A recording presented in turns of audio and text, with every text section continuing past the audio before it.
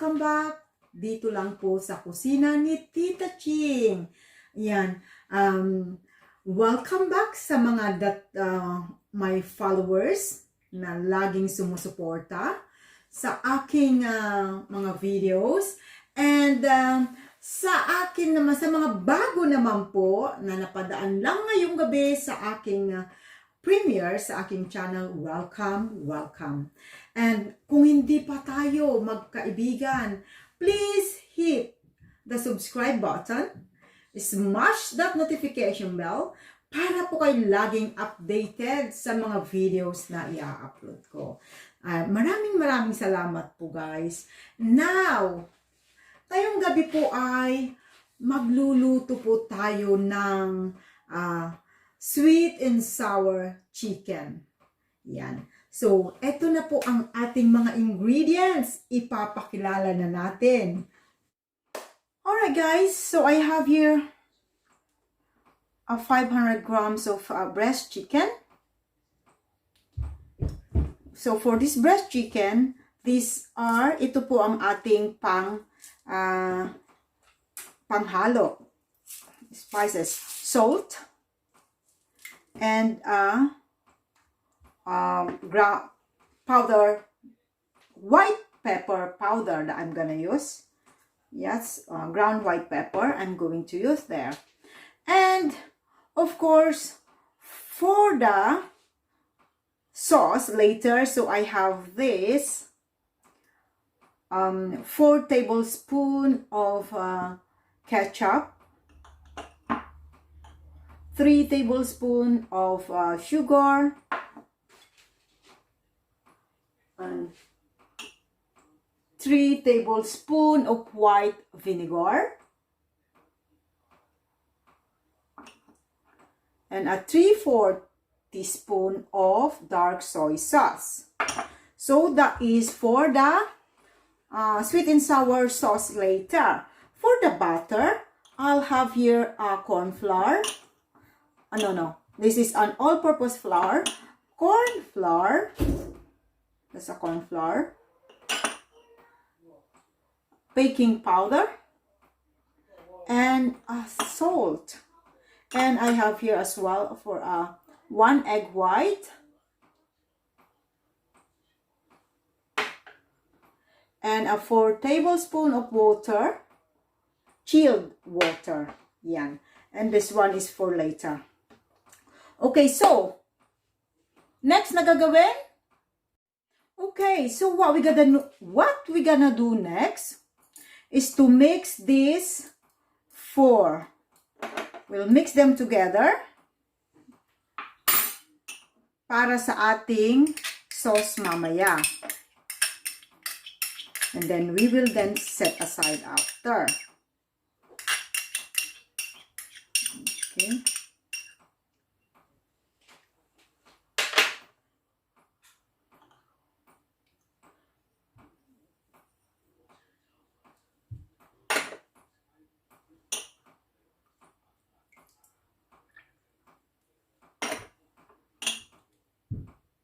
Put them together. And then, mix natin. Tunawin natin. Ayan. So, this will be our sweet and sour mixture.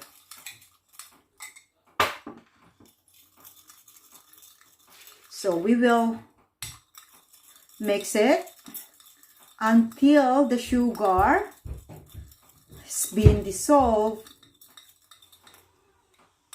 Ayan.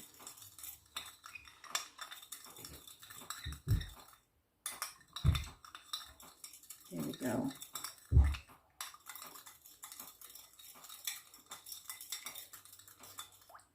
So after mixing this, or after the sugar has dissolved, we will set aside.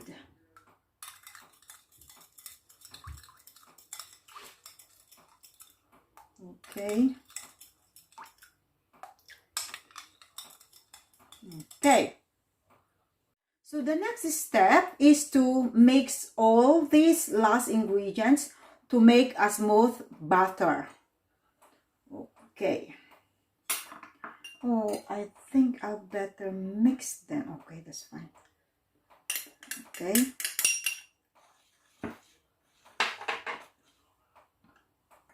So, that's the plain flour. And then put the corn flour.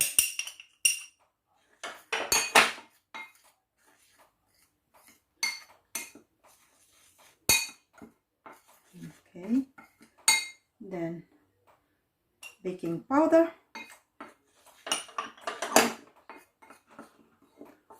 A little bit of salt.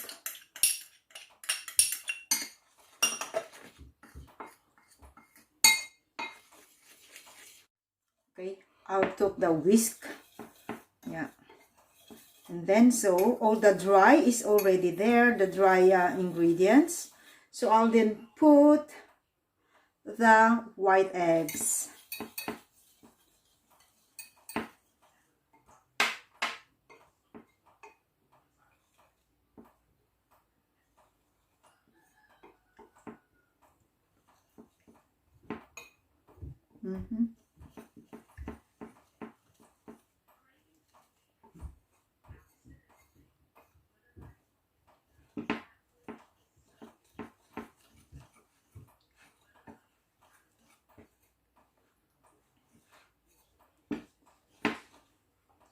And the 4 tablespoons of chilled water.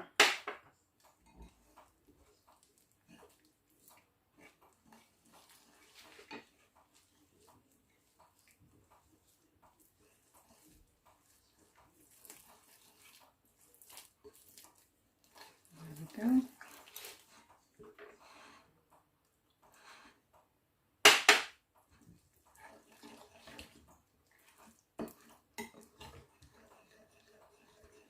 Okay, so all I have to do is to mix it till become a smooth batter.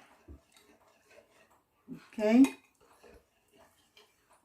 right, so I will just carry on mixing till become smooth. Our batter is now smooth, so we will now start frying our chicken.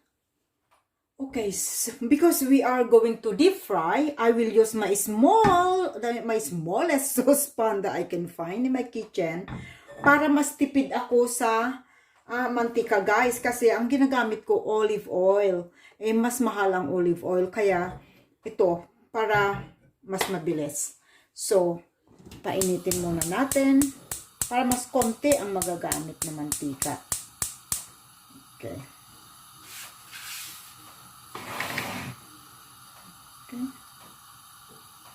So, I will wait na uminit muna yung ating saucepan bago ko ilagay ang ating oil.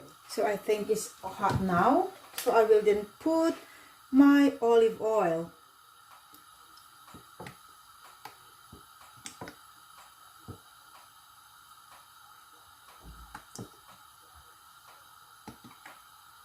Okay. Pwede na yan.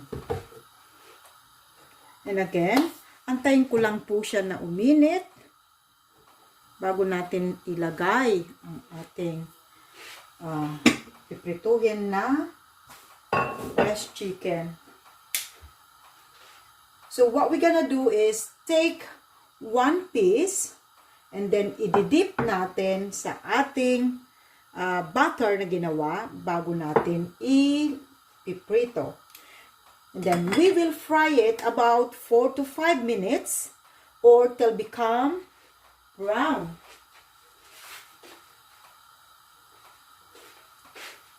Or golden brown. So, i-try na natin ang ating first batch. So, i-dip natin dyan. And then, lagay natin. Wow, hindi pa yata masyadong mainit. Pero pwede na. Yeah.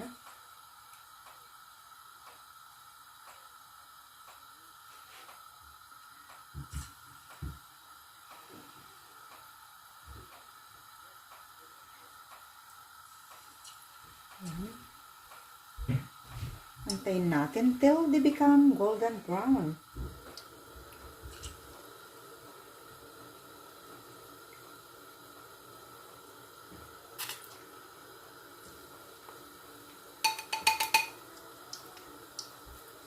So, I'll just carry on doing this, guys, hanggang matapos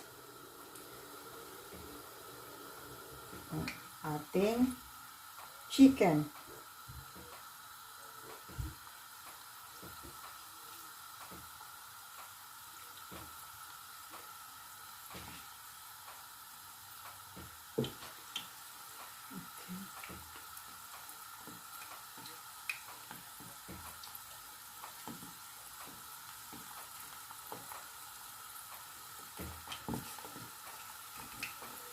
Okay. So, antayin ko lang na maluto ang first batch, guys. And then, I will carry on doing that. And I will show you after. Okay, guys. So, after 5 minutes, yeah, so they become brown, golden brown. So, aahunin ko na sila, guys. Wow. Yan, ilagay ko sa paper towel. Kitchen towel para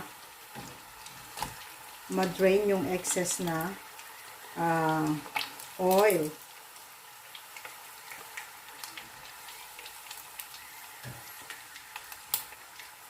There.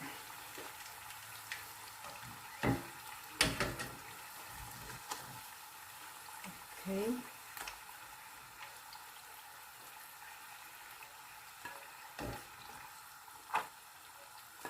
So, I will then do the same until the chicken is finished. So, I will do the same again. Okay, so this is now the last batch. Ahuin na natin.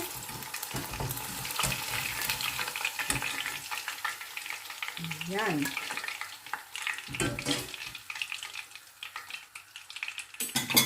Patayin na. Ito na po yung ating mga chicken breast na fry. Ang sarap. Kahit ganito lang, pwede nang kainin. So, ang last part natin gawin ay stir fry na natin yung ating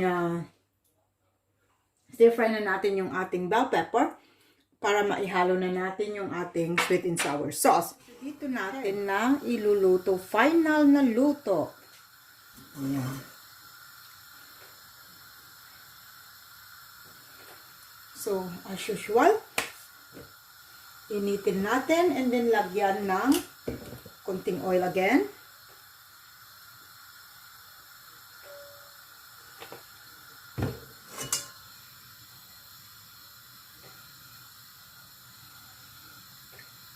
Okay.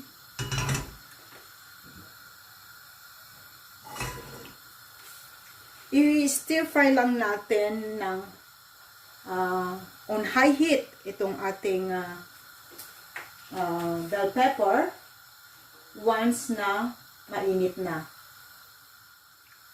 Okay, so mainit na siya, guys. So stir fry lang natin for about a minute.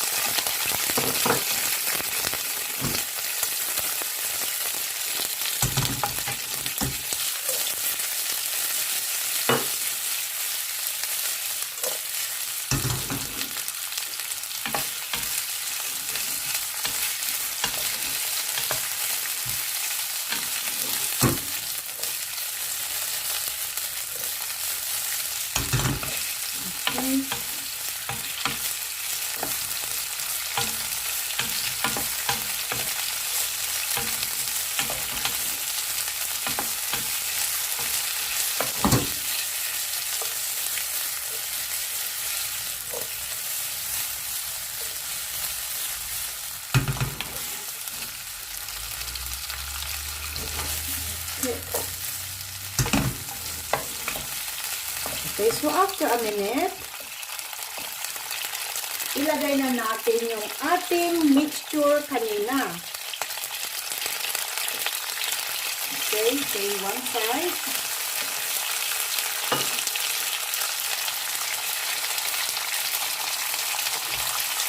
There.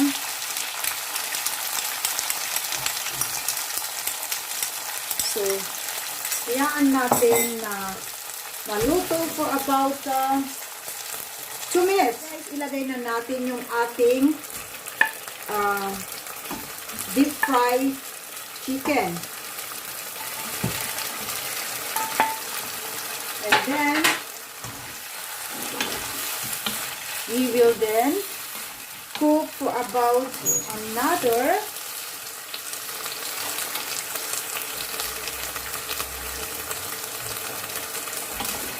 2 minutes till all the chicken has coated well. Wow. Ayan. Yan. So, haluin lang natin ng haluin hanggang magiging coated na siya. Okay. Kung mayroon kayong green bell pepper, pwedeng green bell pepper para makulay sana. Kaso, wala naman akong green bell pepper na sa fridge. So, kung anong meron, yun na lang ang aking ginawa. Okay. So, just keep on mixing for another more minute.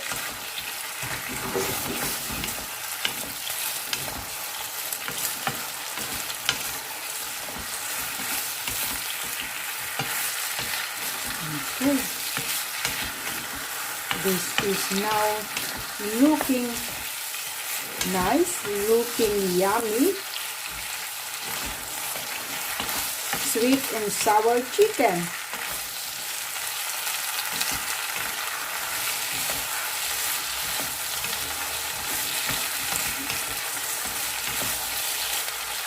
Okay, this is now ready, guys. So that's it. That's our sweet and sour chicken. So all I have to do now is to transfer it in our serving dish.